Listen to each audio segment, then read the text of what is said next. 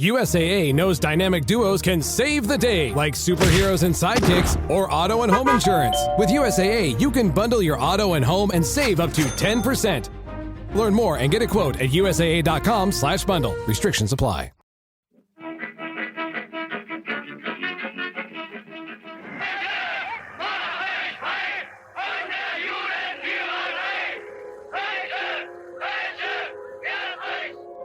This is a newsreel from the Associated Press in Germany, April 6th, 1933.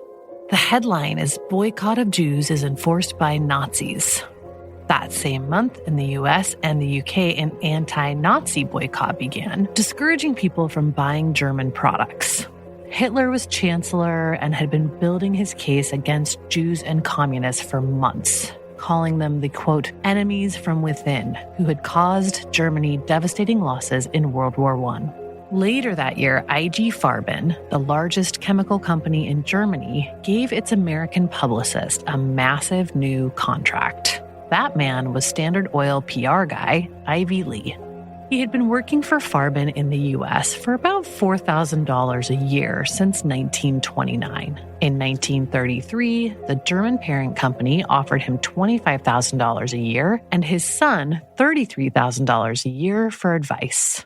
Standard Oil was also working with Farben. By this point, they had formed a joint venture to work on petrochemicals and synthetic fuels. They'd seen what Lee had done for Standard Oil and the Rockefellers, and with the boycotts and growing anti-German sentiment in the U.S., Farben wanted Lee's help. And the reason for the big raise soon became clear. He wasn't just advising a German chemical company. He was advising the Third Reich.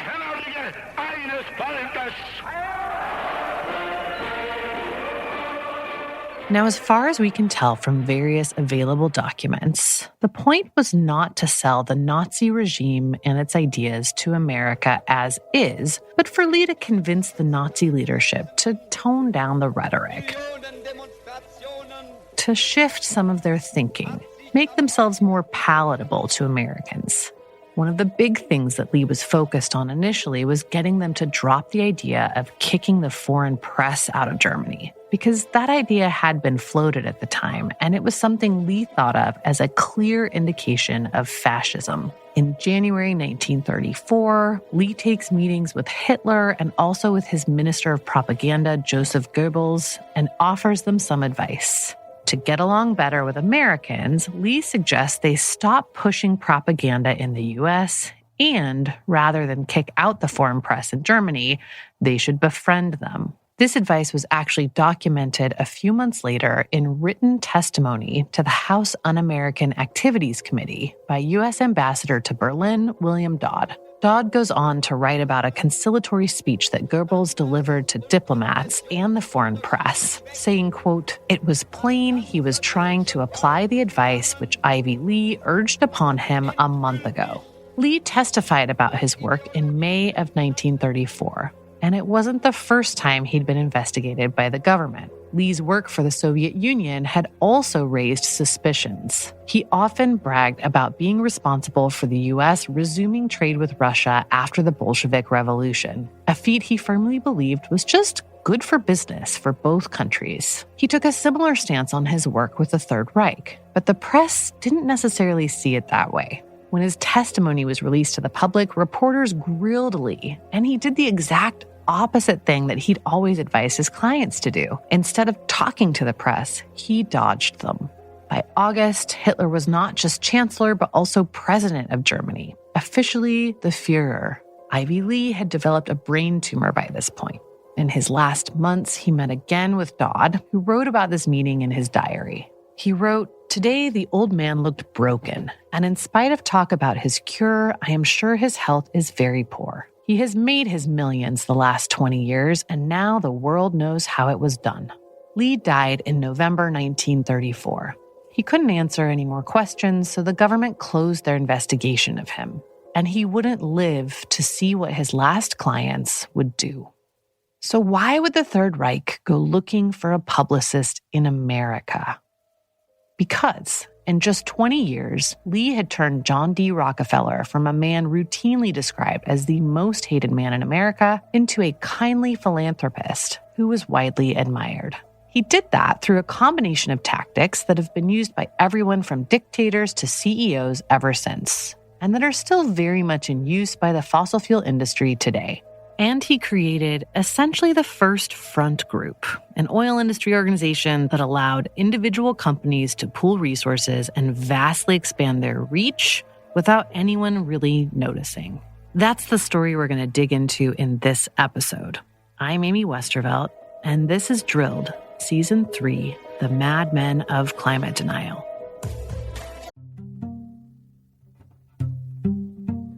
Hey, Drilled listeners, Amy here to recommend another climate podcast. If you have ever wondered exactly where your water comes from, what it means to actually break up with fossil fuels, or what the year 2100 could even look like, check out the Climate Dispatch from the folks at the Sierra Club Angeles chapter in collaboration with Stranded Astronaut Productions. The show is brand new. It launched in April, just in time for Earth Day, and it answers all those questions and more. The Climate Dispatch explores both global and local stories of the climate crisis through the lens of Southern California. On the show, host Taya Jeanette brings together a variety of guests and experts in conversation to share their climate wins and break down their fears and collective hopes for the future. Some featured guests include Time 100 Next recipient and climate activist Naleli Kobo, Troy Stevens, creative manager of Grist Magazine's Imagine 2200 climate fiction contest, Aru Shaini Ajay, executive director of the Sunrise Movement, and Allison Chin, president of the Sierra Club Board of Directors. Each episode will also feature a local LA-based band or musician to play out the show. Check out the Climate Dispatch at sc.org/climate dispatch or wherever you listen to podcasts.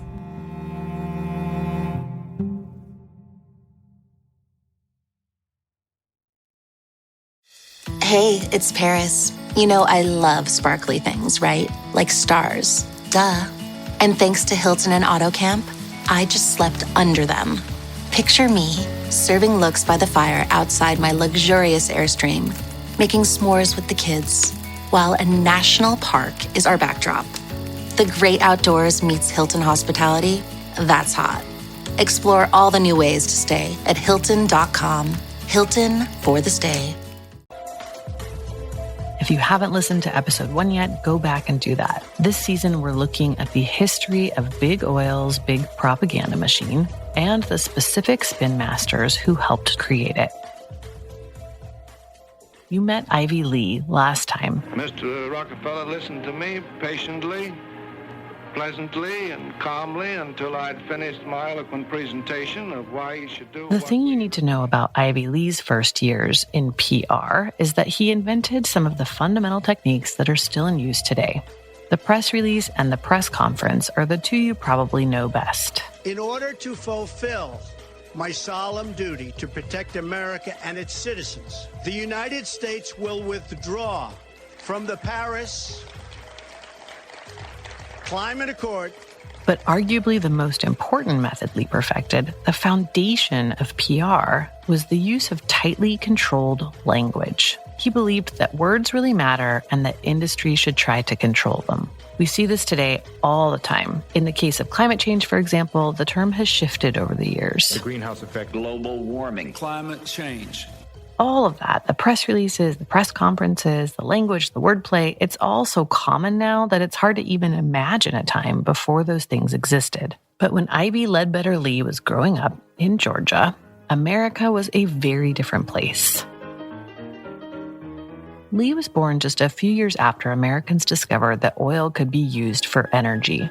Before that, it was just this annoying substance that came up whenever we were looking for water or salt. And then it became a cure-all. Hurry, step right up, folks. Here's the answer to your problems, Dr. Seriously, people used to put crude oil on sore muscles, or even drink it to treat everything from cholera to bronchitis.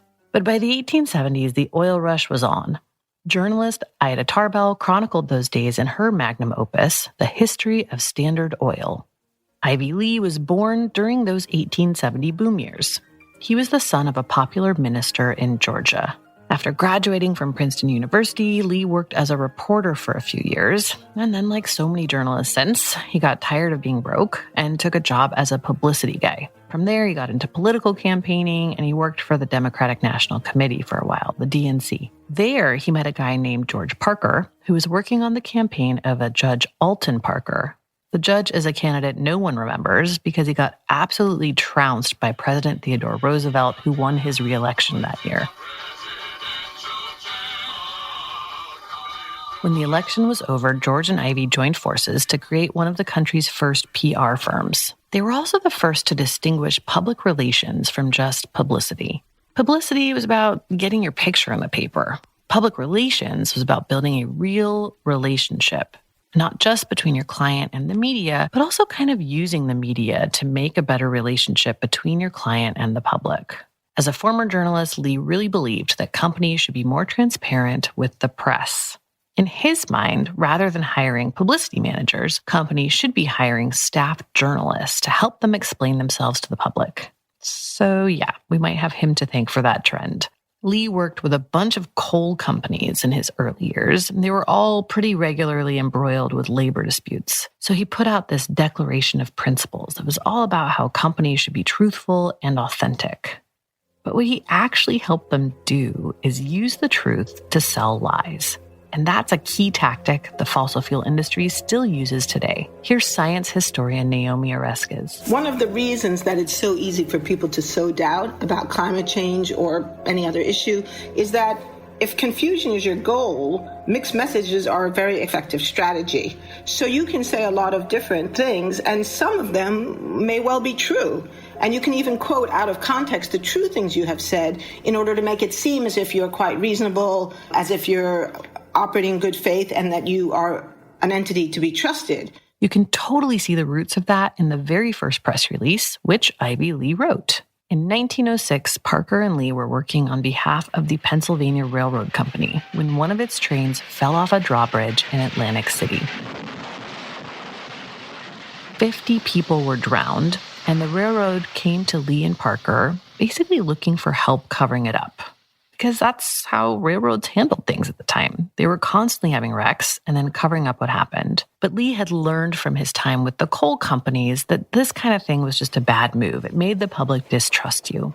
And besides, it wasn't always the railroad's fault that these wrecks happened. Plus, he was starting to realize that whoever told the story first was the one the public really listened to. So he convinced the Pennsylvania Railroad guys to go a different route and draft a statement to send to the media instead. And it does exactly this thing that Oreskes talks about. It uses various truths to ultimately mislead people. It says the wreck happened, the company doesn't know why yet, but it's investigating. But it knows that it's not the rails or the bridge or the operators. And it lands on a suspicion of the cause of the wreck, the manufacturing of the train car, which of course is the only thing the railroad has no responsibility for. So it never outright lies, it just leads to a particular conclusion that benefits the railroad. Lee sent this statement to the New York Times and got an incredible result. The paper printed it word for word. And now, suddenly Lee realizes, wow, this is a lot of power. I can just tell journalists what the story is and they'll print it? This is a big deal and a really big tool for industry. It wasn't just generally a better idea to tell people what you're actually up to. Communicating with the press in this way also gave you the opportunity to shape the story. So this is a big shift in how the public gets information. A couple years later, Lee has another big breakthrough. He realizes another key part of shaping the story is shaping the language journalists use to describe his clients and what they're doing. So by this point, his firm has shut down, he and George have parted ways, and he's working full-time for the Pennsylvania Railroad. He writes the first PR advice book, and in it, he says the key thing that companies need to worry about is getting the public on their side. And he talks about how you can use language to do that. He gives the example of railroads and the full crew law. So like I said, at the time, there were a lot of wrecks. And actually, a lot of them were happening because of negligence and because trains were understaffed. So the government steps in and they try to impose what they call full crew regulations. Basically, you have to have full staff on your train to make sure it's safe. But Lee flips the script on this. He has the Pennsylvania Railroad guys start talking about these regulations as extra crew requirements. So just think about that for a second. The difference between full and extra, and what a stroke of genius this was. Full implies that the railroads are cutting corners, that their crews are lacking in some way. Extra implies that this is not a necessity, that the government is asking railroads to do more than they need to and imposing a burden on them. It's totally standard industry spin today, but we have Ivy Lee to thank for that. And that's a good thing to remember, that this kind of thinking was going on in the background of corporate communications very strategically more than 100 years ago, especially when you listen to the way the industry describes itself today. We're leading the world in oil and natural gas production. That means lower energy costs, more growth, more security for Americans. More energy means more opportunity. We just need the right policies to make it happen. By the time Ivy Lee began working with Rockefeller in 1914, he was a master at this stuff. And shortly after that, the U.S. joined World War I, and Lee was tapped to run publicity for the American Red Cross. That job put him in regular contact with the government's propaganda department, which was also run by a former journalist turned political campaigner, a guy named George Creel. Creel had helped campaign for President Woodrow Wilson with the slogan, "He kept us out of the war." So now that Wilson was joining the war, he wanted Creel's help convincing the American public that it was a good idea. And Creel was up to the task. He pulled together both journalists and publicity experts, graphic designers, musicians, filmmakers, basically anyone who had worked in or around media and entertainment in any way. And he launches a full-blown propaganda campaign across film, print, and radio. Johnny, get your gun, get your gun, get your gun. Take it on the run, on the run. Even Ida Tarbell was part of the Creel Commission. It was all hands on deck. The Creel Commission and Ivy Lee at the Red Cross were also tasked with creating a positive image of America outside the country. The guy in charge of that for Creel was Edward Bernays, who just so happened to be the nephew of Sigmund Freud. Bernays put all of his uncle's psychological know-how to work on behalf of the country. He went on to become one of Lee's top competitors and, like Lee, to have a large influence on Hitler's approach to propaganda. But in those days, they were focused on selling America to the world and learning a lot from each other. One of Bernays' big innovations was to enlist Hollywood in the effort, banning the export of anything that showed America in an even slightly negative light and funding movies that highlighted the bravery of American soldiers.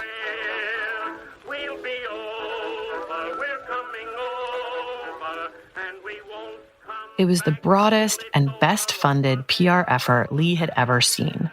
And the experience taught him a very key lesson. If you can pool together enough resources, you can wage an all-out psychological war that's impossible to beat. Which, of course, gave him an idea for his best client, Standard Oil. One company, even a company run by Rockefellers, could only do so much.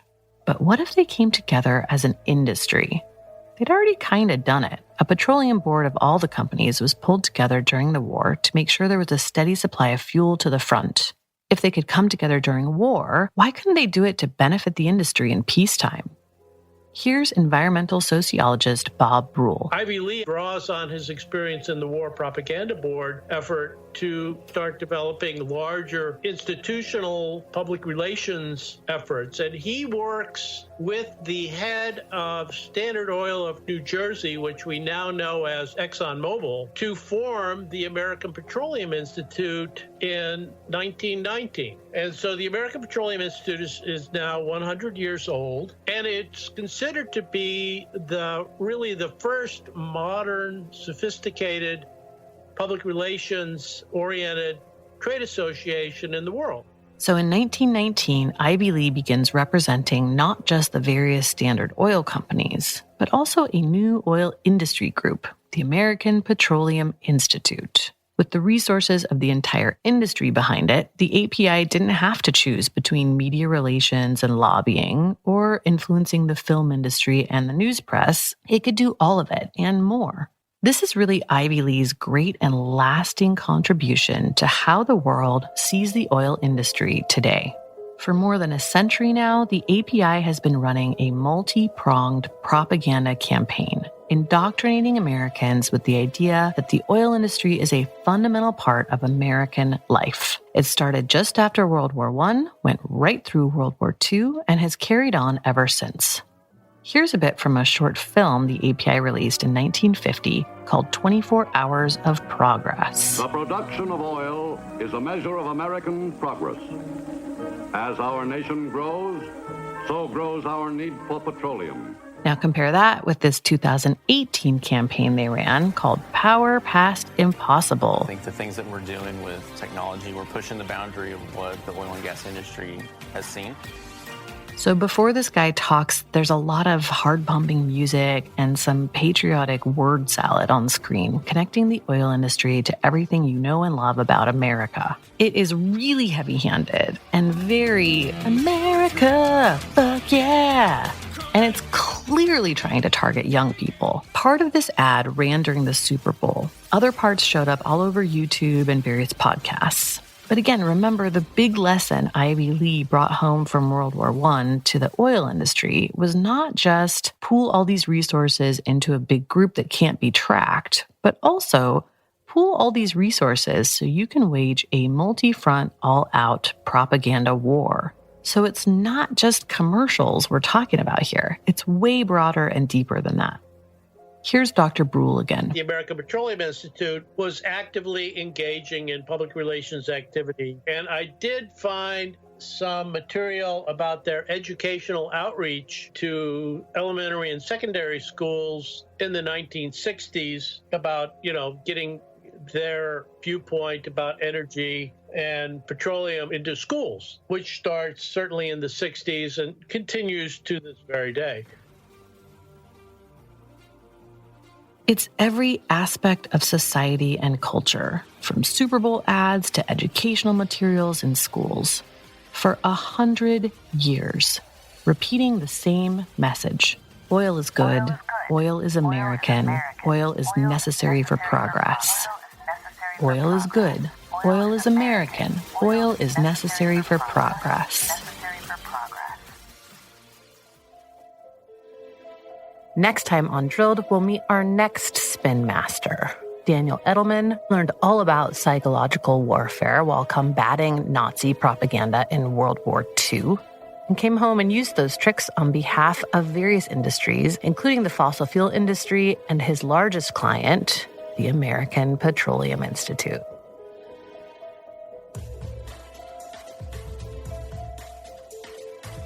Drilled is part of the Critical Frequency Podcast Network. The show is reported, written, and produced by me, Amy Westervelt. Julia Ritchie is our editor. Our managing producer is Katie Ross. She also created this season's incredible artwork. Sound design, scoring, and mixing by B. Beeman.